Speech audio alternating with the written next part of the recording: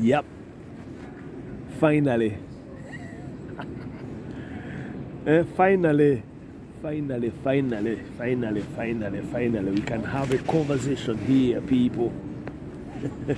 This is chapter 3, My Dad's Life Story. The much requested story in the Kegu storylines. People want to know. And I'm telling you, you're all going to know now. We are in chapter 3. So, at the dawn of the 60s, 1960, preparations were underway for Uganda's independence. And at that time, a contingency is sent over to Marlbury House. Waneeranda nuwano. While eyasooka eya Lancaster agreement, there was an agreement first that Uganda should be granted its independence. But on what terms? We remember we had the conundrum of being a protectorate and the double whammy of Buganda Kingdom and the other kingdoms and the Republic to create a country. Era mugenda ku parliament mugendeeyo kati bino ebintu zembi babuulira ate mugambe kegosibwa ebintu obijjawa. I have all this information because I was privy to it. Mugende ku parliament waliwo coat of arms, I think ziri 13 if I'm not sure, but the number is around that much. Bebaatuula wansi, then they finally agreed. Munfuna bulungi nnyo. Kakati kyesaategeera, we had the presidential system, we had the prime minister, ne powers nga ziri mwani? That is the question. Anyway, tuveeyo. Now, what I'm driving at is that the colonial government had prepared their handover in a way that they would pass it on to the elites. Era bwe muli ekigambo ruling elites, it doesn't come from far. It comes from the word enlightened. People who are owing something, like due diligence. Mufuna bulungi nnyo. Due diligence kyentegeeza nti kakati babakwasiza obuvunaanyizibwa abazungu. Abaana abasinga baali basomedde mu masomero g'abaminsani, Church Missionary Society. I don't know, it's not talked about in the dialogue, in the global literature of their role played in colonization. Abaminsani ba playing a role y'amaanyi nnyo okutambuza ekintu ky'abakoloni. And once it was more like dropping and wearing something else. Because remember, by what colonizing, abagamba tuli uncivilized, blah blah blah. However, in chapter 1 and in chapter 2, I give you the introduction to how my dad comes of life. Yajja atya mu bulamu. My grandmother had my dad when she was very young. She just come of age. Munfuna bulungi nnyo. My grandmom, to be exact, must have had my dad when she was about 12 or 13. Back in the day, you're talking of 1947. 1947 is a long time ago. And a lot has changed. In other words, and at the time, she must have had it difficult and hands over my dad to the missionaries. My dad was taken in. Tata wange yayingira ekyabaminsani nga mwana muto. So his early childhood is shaped by that.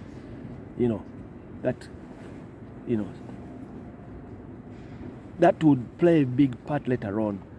in the story when I begin to break it down, how he was building churches. He built a church in Chebando, actually 2 churches, Mawanda Road and also in Kitagobwa. Mufuna bulungi nnyo. Kakati by 60, my dad is a teenager. He's coming of age. He's becoming a teenager, and he was a very, very good footballer. I would understand that. N'akasaawe kennyini we yazanyiranga omupiira nakazanyiramuko. The church is here, the football pitch is here.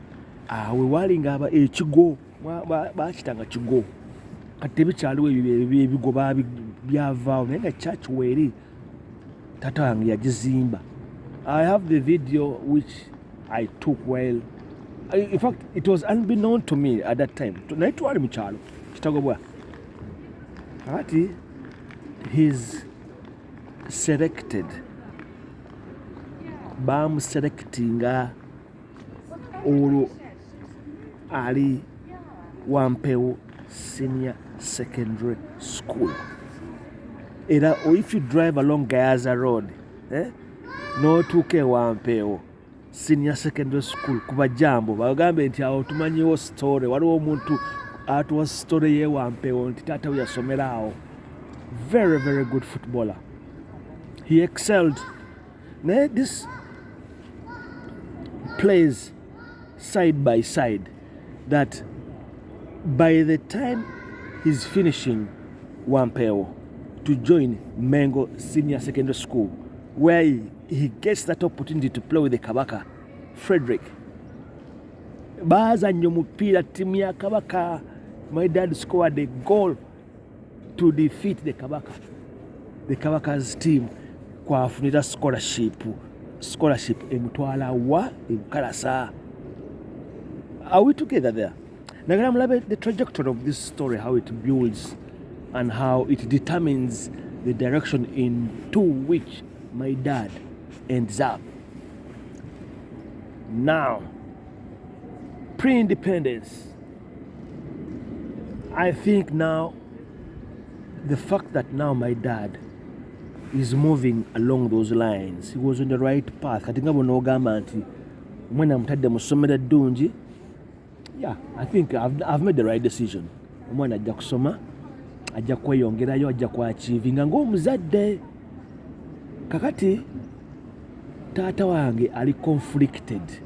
Baamujja mu kigo gye yali mu Baminsani adde ewa Muzeeyi Musisi when my grandmother moves in with Musisi.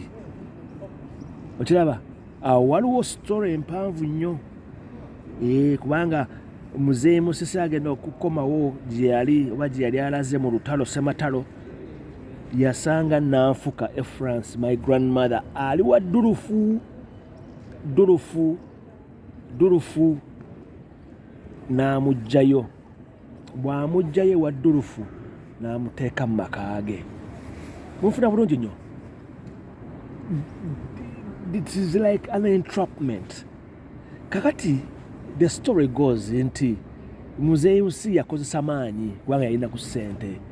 Durufu teyalina ssente, naye durufu nga jjajja France gw'ayagala, ndowooza childhood sweetheart, something like that. Mubimanyi bino ndize omukazi yenna baba nti ayina amwagala. Okay, the unfortunate thing is that there's the crossover. Wakati abaana baba in between. Naye nga ekyama kiri bwe kiti yali akwesa omwana. When my grandmother had my dad, my father was hidden. But let me use those words. I don't want to say hidden, but of course, that was the right decision at the time. Mujukire, the doctrine of the missionaries was more or less disciplinary. They were more into cultivating and shaping people. Naye katata wange bamulekayo yeja mukazi n'agenda n'abeera wani n'abeere wa durufu we katata kati jjajja Muzeeyi Musisi wasa jjajja omukazi That was the end. Naye ate kikwewuunyisa, the irony is nti Muzeeyi Durufu yali wano nga about a mile down the road. That is where we babeera Muzeeyi Musisi. So it was more like a dovetail plot. So Tovolaba later on mu 1990 Muzeeyi Musisi bw'azaala ku taata wange, he unbirthed whatever, he deceased whatever, well, that's not my son. Twaddayo wa Durufu. Era even right now where my dad is buried, kubanga Muzeeyi Musisi yaziikula taata wange ku bijja bye ekitagoba emboozi jja, we are coming to that part in 1990 today mu 1960. So waaliwo preparations ezaali zigenda maaso ne baintroducing a Uganda Cup, which later on becomes the Federation of Uganda Football Association, FUFA. Jemanyinga FUFA. Magogo, I love you. Musajja mulungi Magogo. Yeah. Ne Patrick Ntege, abo n'abantu bange. Patrick Ntege Obi wange classmate. Ye Magogo naye Obi. Yeah, twerabanga edda. Kakati FUFA ye jaluvanyuma mu 1971 kati taata wange nga be babirimu n'ebidandi sali KCC ngena bbawo emboozi. Kakati he's selected. Wampeewo Senior Secondary School was a very, very powerful school at that time. Taata wange bamuselectinga abeere mu junior team egenda kukola the younger cranes. Kubanga kati baakola tiimu egenda kuva mu Bajolejjo Kiwanuka Express. Kubanga tumemba kati omupiira bwe gutandika, omupiira gwatekinga shape 1966 especially.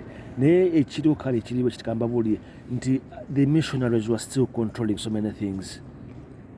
They were still controlling many things in terms of the direction of education, in terms of direction of things.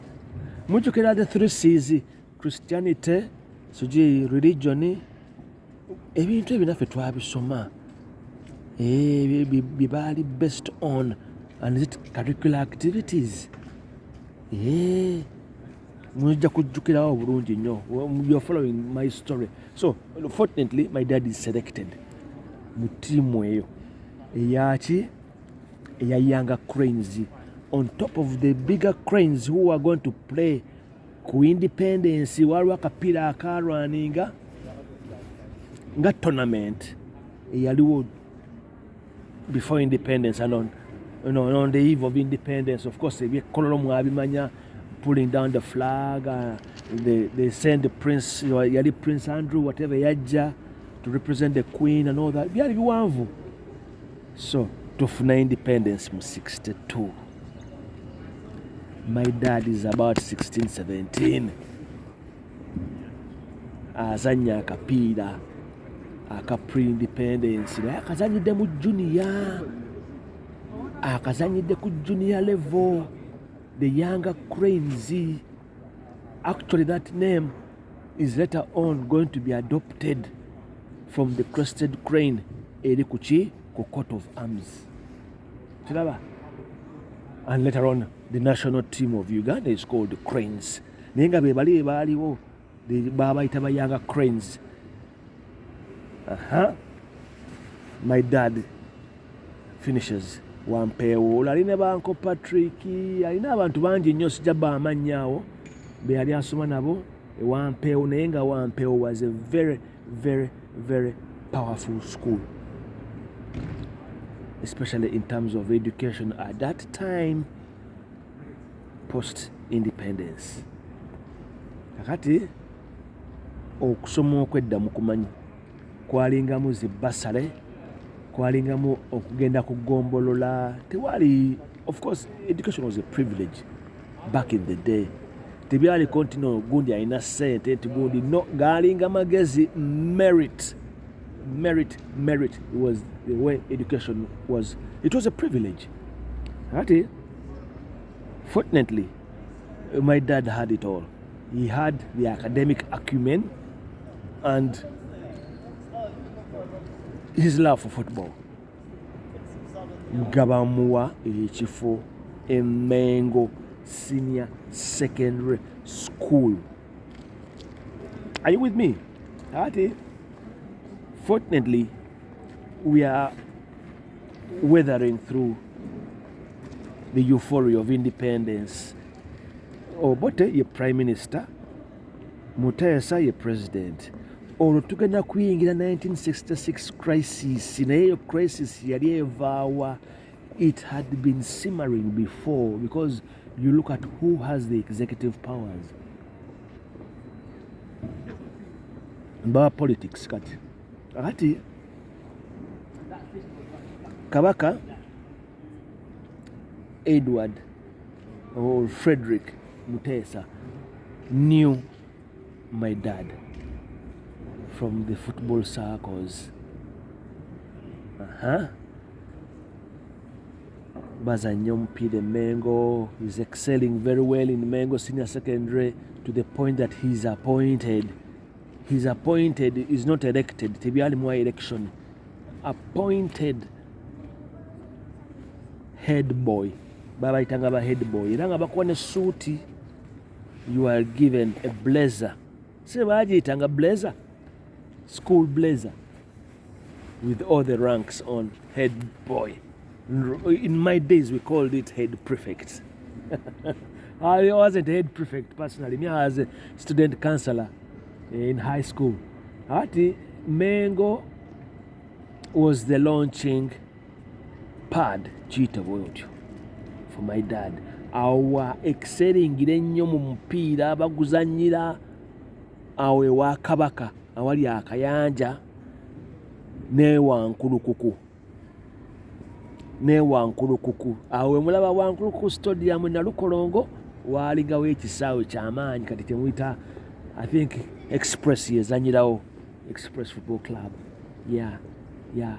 So you can see the footprint of my dad, left, right and center. Kati with all that early limelight, it is going to explain later and bwagaggawala. My dad took a back seat. He liked that quietness. Ngabamuulya buulize Kyanda yali ku Kyanda aliwo Kyanda naye nga tebamulaba. He was an enigma. Right. Let's continue. Akati 1966, the Buganda crisis. There was a crisis in Uganda. There was a crisis in Uganda. And the king is dethroned, or the government of the day changes the constitution and declares the first republic. So that would question nti ku independence abazungu batulekera ki? What independence did we have? Interesting enough, I've never asked myself that question.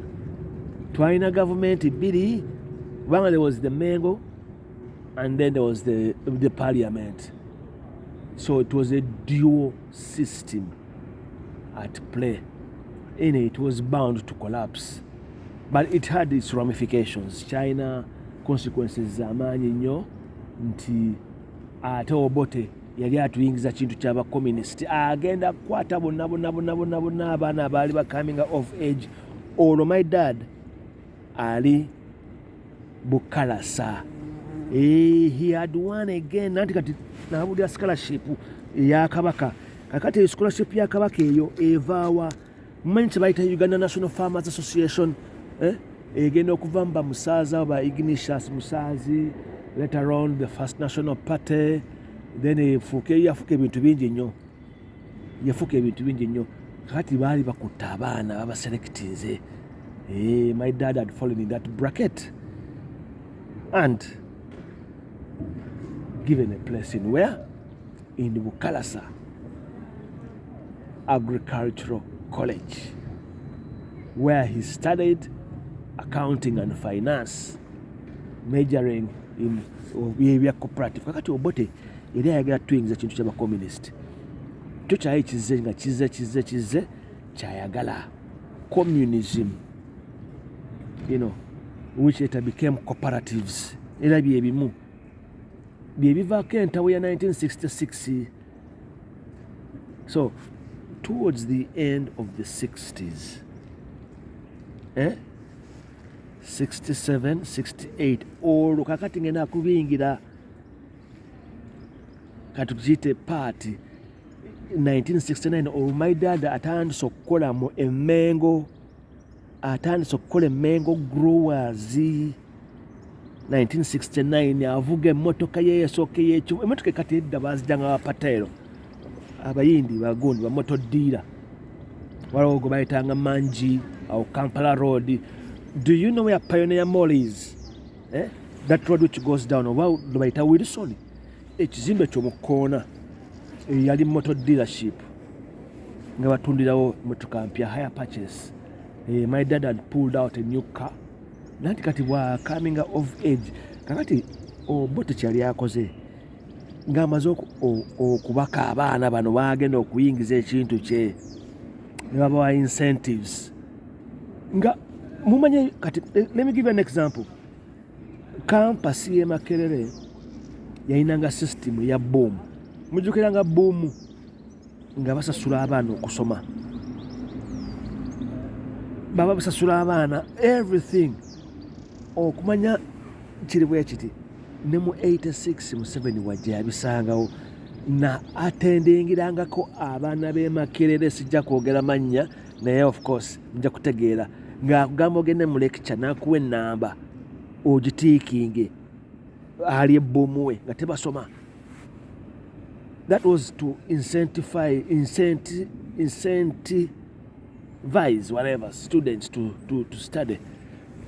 Imagine in 1967-68 what my dad must have experienced nga yagenze Mukalasa nga bamugambye nti gende Wamanji ojjeyo emotoka nga muvubuka olwo batandise okukola ebya agricultural officers be bali e Bukalasa. Ate eyo Basara eyo ebintu ebyo byali biyitira mu Kabaka, kubanga Kabaka yali atabuse n'Abaganda abamu n'akola pate ye Kabaka yekka. Ebintu byalimu in operations behind, kind of who's right, who's doing this, ani akola ekituufu, naffe tuli ku kino tuli eno. Kati Kabaka yekka bwe yeegatta n'Obote n'akola, it was KY UPC marriage. Yes. Kati my dad was in that confluence while at Bukalasa. Kati Obote wajja mu 60, Obote wajja mu 66, yes, when he overthrew the Kabaka. Kati n'asooka n'akwata abaana abaasooka n'abatwala wa Russia. Edda baagiyitanga Soviet Union. Either you would go to Ukraine, you would go to Yugoslavia, ne Bosnia. Yugoslavia yali very popular nnyo okubya Uganda, kubanga nzijukirako n'emmotoka ezajja ze baaleeta okuva Yugoslavia. Si mwe mwalina ebimotoka bino bi-IFA, waba bimotoka ebyajja ebyamagye ebya IFA ebyayita bisiba ebyajja mu 85 Obote government. Obote yali ayagala nnyo abantu abo. So kakati ye mbadde ndi kuki. While at Bukalasa, my dad was more or less studying and working because the college was more like practical. Baasomanga ebintu naina nga ate bajja n'abiteeka mu practice as field officers. Kakati ng'ajjayo emmotoka, kakati field work eyo later on by 69 bamwalocatinga Emmengo Growers Cooperative Union. Very, very big union, a conglomerate of many things inside there. Mwalimu coffee, walimu ebintu bingi nnyo, agriculture basically. So it was the growers. So they controlled the prices, they controlled the marketing, they controlled the selling, everything, the farmers when bali mu union. And that would later on, nga bwe nabagamba mu part 1 nti ebintu tatangu byasobola okukola at that time baamutuuza mu budget, baamutuuza mu ssente. Kati bwenagamba today, let me give you an example. Say if the government today passes something and they say they want to initiate this, and then they appoint you or they appoint me, they give me a budget. That is the situation I'm talking about. So imagine in 1969 coming to 1970, what impression that would have made on my dad and his acquaintances. Kati naafuna emikwano mingi nnyo mu networks zeyina. Kyanda, kakati olwo ebyomupiira mugenda kumbuuza abantu what happened to his football career. It was gone. It was gone because the job now was more demanding. Baba tutte Yugoslavia eyo. My dad went there briefly. I think he went there for about a couple of months. N'akomawo ng'ekintu ky'obote akiriko. Obote ye nga ali serious. Uganda is becoming a communist country. Birimu ne bamwali mu suje ebyali Tanzania chama cha mapinduzi naye na tujja binyumyako mu mbozi ya tata wange. But my dad was more connected with Kenya, East African community. Ba Charles Njonjo abona bagagga banne.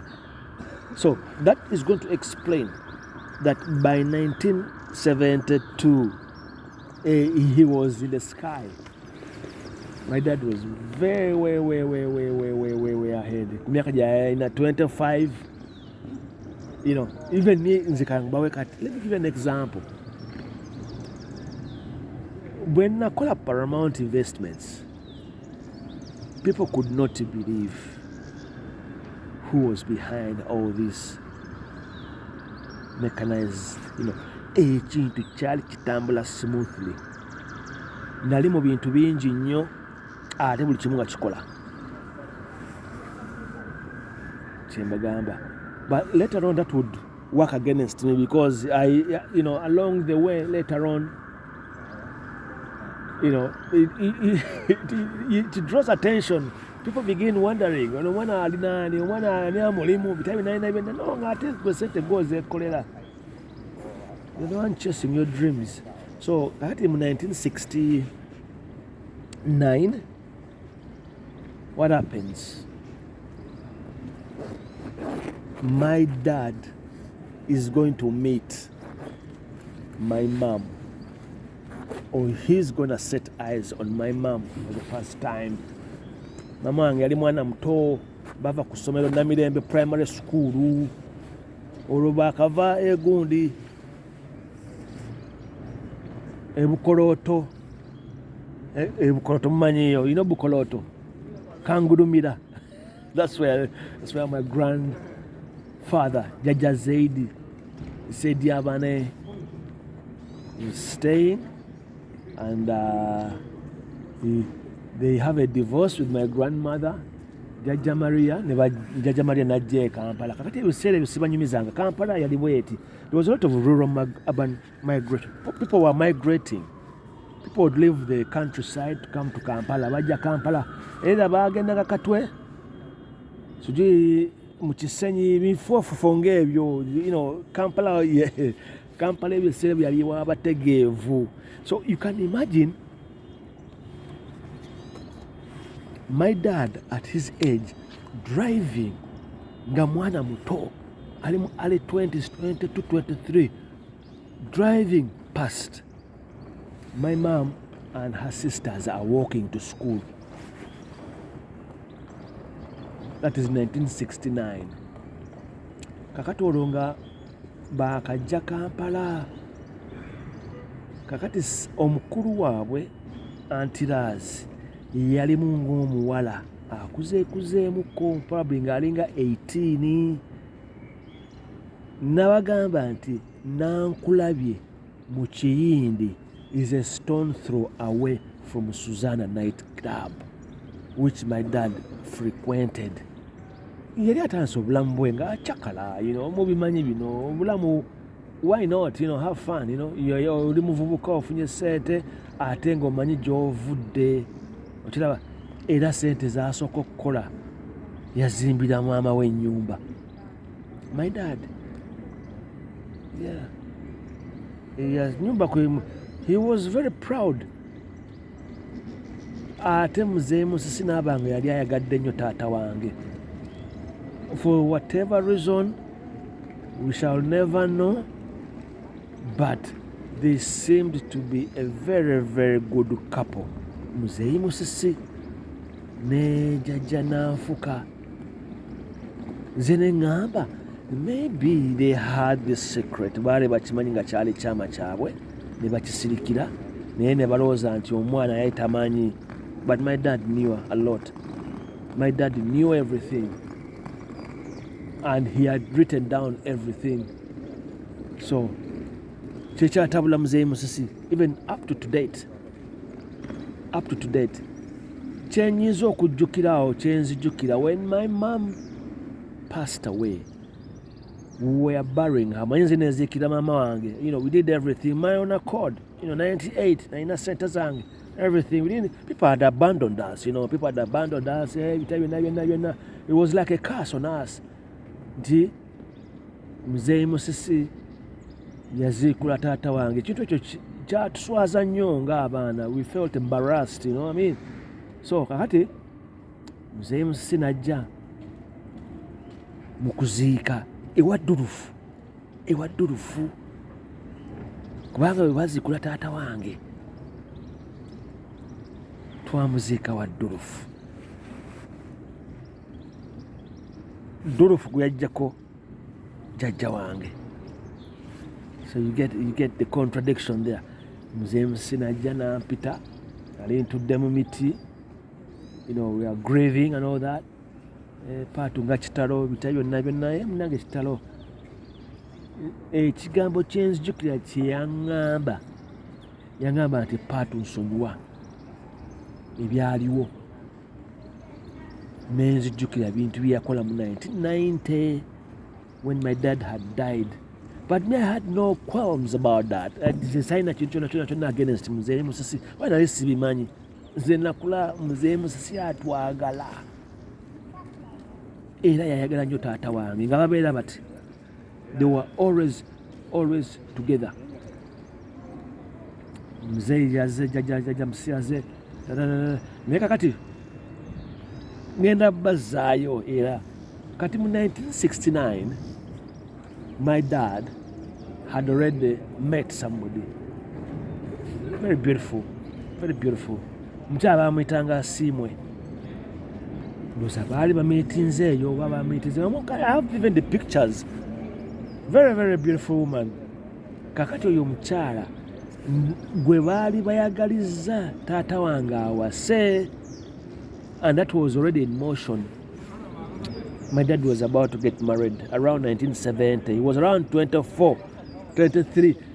With all that money he had, he has abandoned his football and taken a back seat on it, and he's doing well. He's doing very well. He meets my mom 1969, but my mom sigwe yali ayagala. My dad's attention wasn't on my mom, it was on the elder sister. Era gwe baamiitinga wa mu Suzana 69, 70. Naye kakati ekyaliwo kiri bwe kiti. Once my dad had gotten to know the three sisters, katukite bwe tutyo, gwa waliwo ne ba brothers, kakati n'abagamba bajje babeere mu nnyumba ekyebando ng'akyagizimba. They were building, I told you last week, he was building 3 houses at the same time. Eno. Naye balina muzeeyi Musisi. Kati ng'ennyumba, it made the most sense to have them come and stay in Kyebando. Bave mu kisenyi kyeri mu Kiyindi. Wale walabika bubi probably. Bubi kati nga mugenda, slum, things like that. taata wange ye yali ayagadde ebirungi mangu, ebirungi yali abyagadde mangu, naffe yabitwagazanga, bagamba nti Kyanda wa class, omusajja wa class. Ku 22-23 n'ogula emmotoka ya hire purchase wali ewo muyindi 1970. It's no joke, man. You have to be able to make an impression on others and yourself as well. So kakati that is the 1960s era wetu wefaananye. Ebihappenings mu 1960 bibadde bingi nnyo. A complete transformation of my dad from where he was coming from to the point that by the end of the decade he's driving. Eyavuganga akagaali, my dad yavuganga akagaali okuvanga Emmengo n'agenda ewankulukuku, n'avanga ewakiso ewampeewo. Olwo bali ne muzeeyi ne mwami Sekamatte best man. I have the picture of my dad ng'ali kagaali ke akasotta. Very astute. Bino ebintu bye ngamba. If it was meant to be, it will happen. It will be. But from that humble background, he had lived. He had fought his way through, excelling academically and excelling in sports. Era kye mbagamba nti senga taata wange akapiira yali akazannye yandibadde national hero. Kubanga abantu bali bamwagala. First of all, that's very important. If you're likable, you get the crowds in, and he was very, very good. Kye mbagamba nti that now explains to me his keen support for football, especially KCC. Bwe mwe mwafollowinga the synopsis, Uncle Patrick Chwanuka ne taata wange, the billionaire syndicate, that's my dad. That's my dad. He was willing to put money on the table for football. Awagira KCC. Kati KCC eyo baagitandika mu 1963, kirabu ya KCC. 1963 taata wange ali mu junior cranes play football. Balina bagundi abo Abidandi Sali, aba David Oti mumanyi, is national coach, is whatever Oti owakapiira oyo. That is my dad's generation. Bwe baazanyanga omupiira. Naye nga omupiira gwe Uganda gulina basis y'amaanyi nnyo ku saidi ya Emmengo, ku Kabaka. Of course, when it comes of age, it becomes a federation. That explains the word federation. Federation. Buli kimu nakyetongola kyokka. KCC kilabu ya mu Buganda. Express kilabu ya mu Buganda. Kikyuka luvannyuma nnyo tufuna gino emipiira gyaki gy'ebitongole. Uganda Commercial Bank, Bank of Uganda, Naitiru. Awo nonna tugenda kugenda waawo wonna. We shall go there. When we enter the 70s. You get me? Kati we're going in chapter 4. The story still continues. Are we together, people? Kakati. That is how things have been today. They no story abantu baade bajesuka kubanga there are people who are hooked to it. Bajagala bafollow kaga bambi erinnya twaliwuliranga eryo nga naffe gye tuli naye nga my dad died very young. He took ill at 40. So with 1980 we shall connect with the synopsis. Sente taata wange zateeka mupiira ebiseera ebyo n'ebyakola eby'amaanyi. Ne mu lutalo lwa Museveni lulimu sente za muzeeyi wange. Twalina zifaamu egundi ekakiri n'ekapeeka nga batrainingirayo bakadogo na buli kimu bina nzinabirabako. Nali mwana muto. I was a kid. Nabagamba nti my dad, I was always in the car with him. If you ask anybody ali mu myaka gy'aba muzeeyi n'agamba nti omwami Kyanda mujjukira, yabeeranga ne mutabani we mu mmotoka. ng'era buli omu agenda amugamba nti oye musika wange, especially when you had a few drinks. Atekamu bingi nnyo njja banyumiza. Kakati ekya mami kikyagenda mu maaso. My mom was in the background. She was not in the picture of my dad.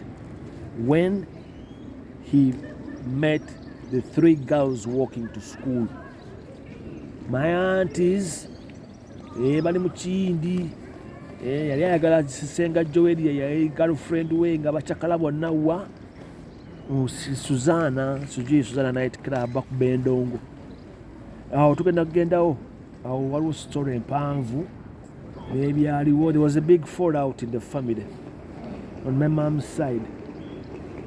Yeah, but there was nothing much to do. There was nothing. Chaichize.